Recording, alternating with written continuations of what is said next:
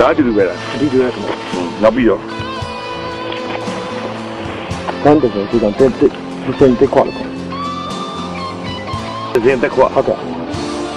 ဟုတ်တကယ်ပဲသင်မနဲ့တော့တူတယ်ဆရာ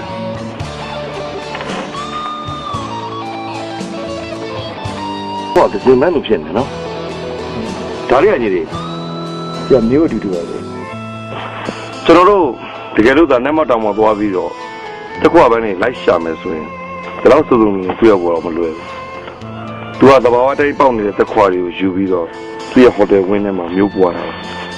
တကယ်ရှာပါတက်ခွာတယ်ကျေးဇူးပဲညီတယ်โอเค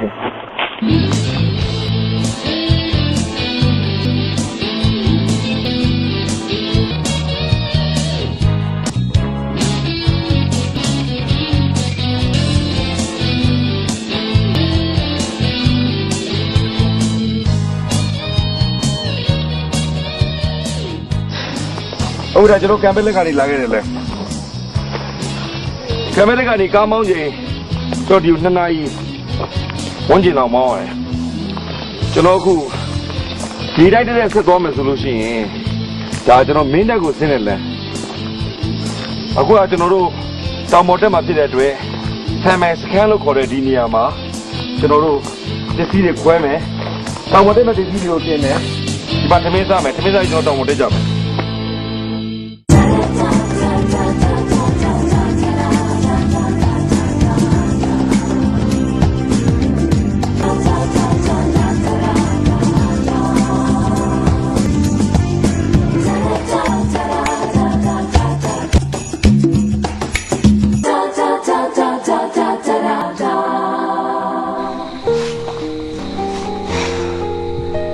အမြင့်ပေ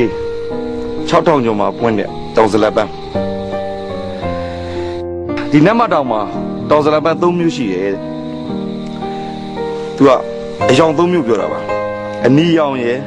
အဖြူရောင်ရယ်အဝါရောင်ရယ်ကျွန်တော်ခုစာရေးတွေ့ရတာအနီရောင်စတွေ့ရတယ်ဟိုလမ်းမှာအဖြူနဲ့အဝါလဲတွေ့နိုင်ပါတယ်တောင်စလက်ပန်းရှေးလူကြီးယူဆတော့အဲ့ဒါတုတ်ပြီးဆိုင်အသက်ရှည်တယ်တဲ့ပြီးတော့တောင်စလက်ပန်းနဲ့ဝိုင်းလုပ်လို့လည်းရတယ်တောင်စလက်ပန်းတော့ဒီတိုင်းစားကြည့်တော့သူကချင်းပြုံးလေးနဲ့သူတို့ရတာရှိအရတာလားဟိုနှင်းသီးရတာနဲ့